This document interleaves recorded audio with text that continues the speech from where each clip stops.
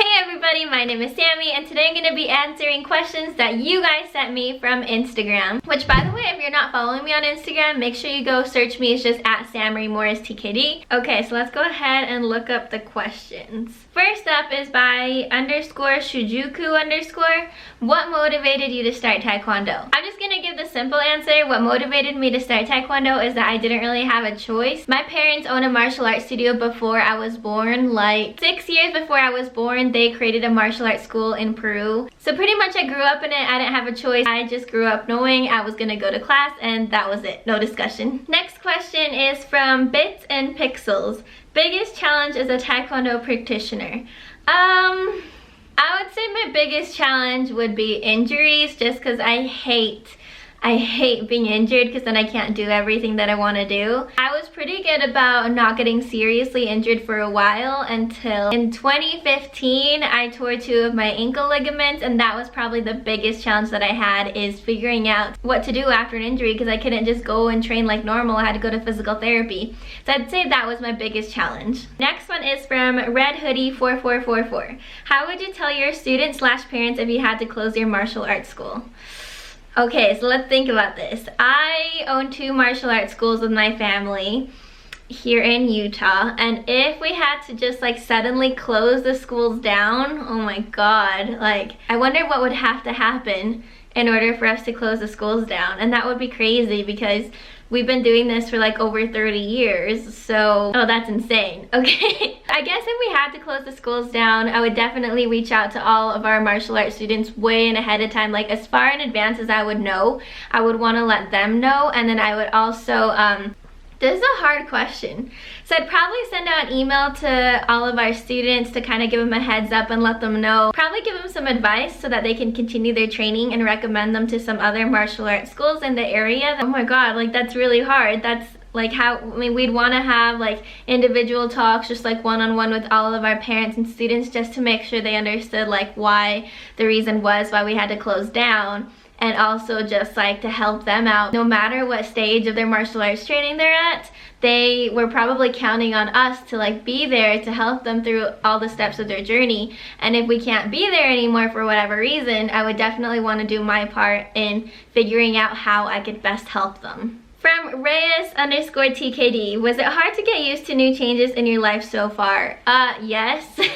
I'm gonna probably make an Instagram post about this soon because I feel like recently there's been so many changes and just so much instability in my life. Just everything is new and I constantly feel like I'm out of my comfort zone. So I'm always feeling like I'm in this like uncomfortable zone where I keep getting asked to do certain things, or I have to take on new responsibilities, or life has just switched up in so many different ways in the past few months. I stopped competing. I started grad school, which means I'm not spending all day in our martial arts studio anymore. I started traveling a ton and just like experiencing Taekwondo from a different aspect. I started to doing more on social media rather than, you know, like being myself and just going out and competing and training all the time. And there's a lot more to it that I don't really want to get into, but yeah, there's been a lot of changes. What was the question? So has it been hard? Yes, it has absolutely been hard. Sometimes I really don't like the new changes, but what I try to remember is that every single time that I want to grow and I want to do something better or I want to improve, it always comes with change and that like uncomfortable feeling, but it always leads to something better. So yes, it's been hard, but I'm excited for what's to come and what is happening now. Next one from Maximilian. Are you single? I am currently not in a relationship, which is very new to me, but yes, I am single. What's my opinion about the new uniforms for sparring at the Olympics? So I don't know if you guys saw it. I'll like put a picture in like right here if possible. I do understand that they like want change and everything. I think they look funny on really tall people who are like really super skinny and have like no leg muscle. I think that looks really funny. I don't know too much about them because I haven't worn them. All I can really do is like look at their appearance. I have heard a lot of positive things from the athletes about them, and I've also heard that, you know, like it's just easier and more clear to see things.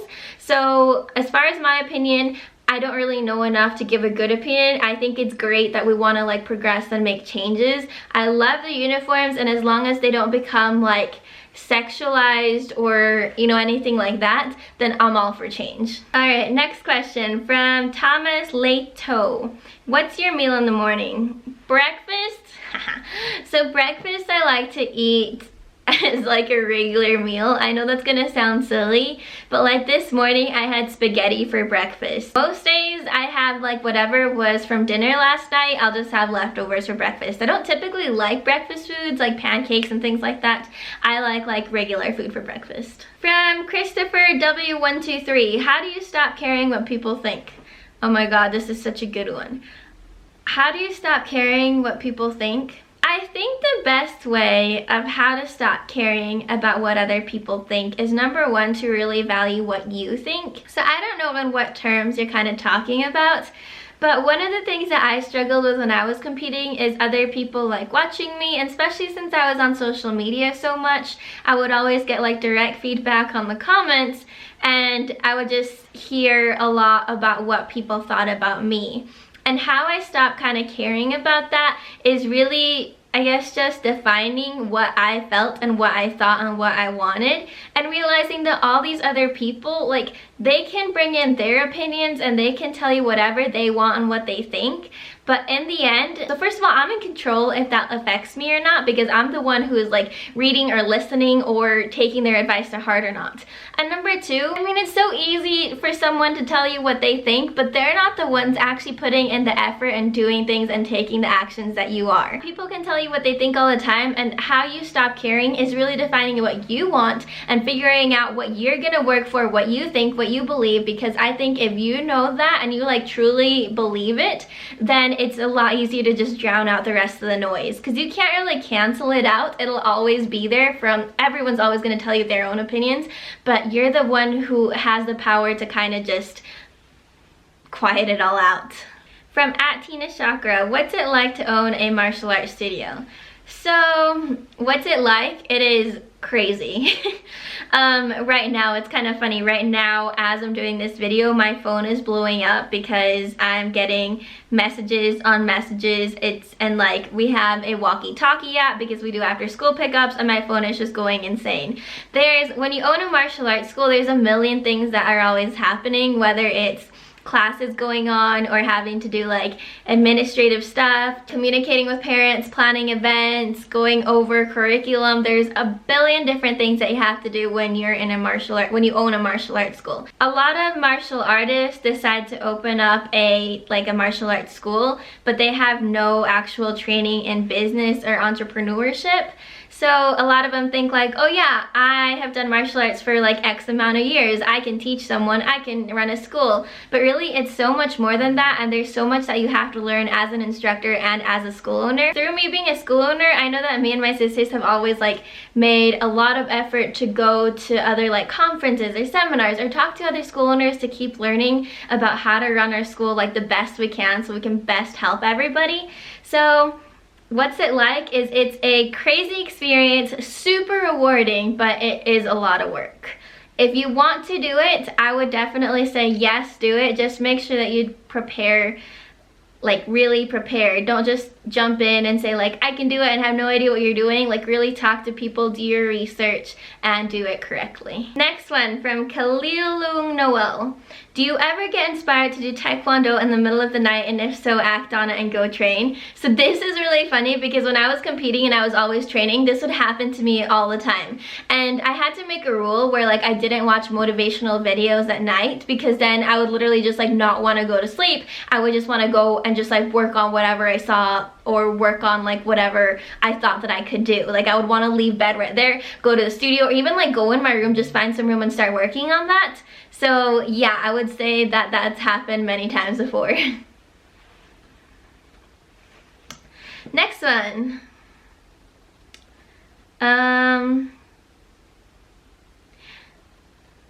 Next one from Rugger_Smiles. Do you like competing, coaching, or doing media coverage more at tournaments?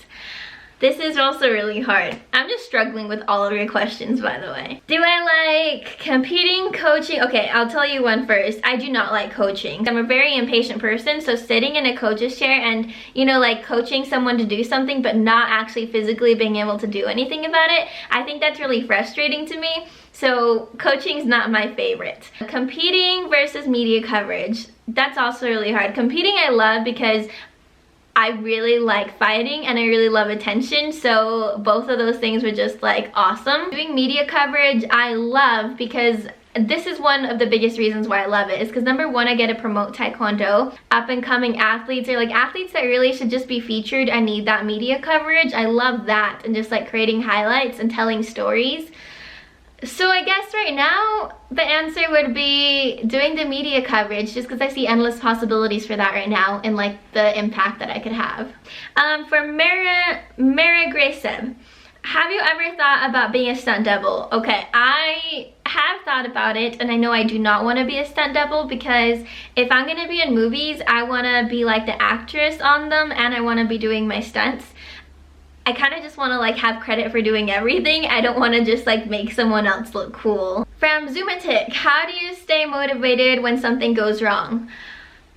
So when something goes wrong, because things go wrong all the time, I'm really good about being optimistic, just like naturally. So I heard something that really helped me a while ago, and that is like I made a folder, and it's a digital folder, but anytime someone sent me a positive message of a way that I helped them, I screenshot it and I put them in a folder on my computer, or like any highlights or any accomplishments that I have, I just put them on there. Because anytime something goes wrong, you only focus on the negative parts and you never focus on the positive parts of the overall picture. So what I like to do is look through that folder and remind myself that there are really positive times, really like highlights, and I just like to think about those to kind of remind myself like, hey, look at the bright side. What can you do after this like crappy thing has happened? All right, last one.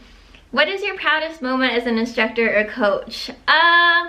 I would say my proudest moment would be this year when Angelina made the US national team and she got to go to Cadet Worlds. I've known Angelina since she was 5 years old, and she just turned 14. So that's like 9 years of knowing her and just like watching her grow in Taekwondo, like in and out of Taekwondo, watching her personality change, watching her become more confident and getting better like technically. I traveled to Mexico with her this year. Actually, I traveled to a lot of places with her this year, and just like watching her take challenges and make the best of them, I think that was probably like that whole entire journey has been my proudest moment, just getting to help her in any way that I could, and really just seeing her progress and seeing where she's gonna go. All right, if you made it to the end of my Q&A, then you guys are awesome. So I'll be back with another video on Friday. Make sure that you guys check out my e-courses. Links are in the description below. Make sure that you guys follow me on Instagram so you guys can ask your questions for the next Q&A, and make sure that you're training. I will see you guys all in the next video. Bye guys.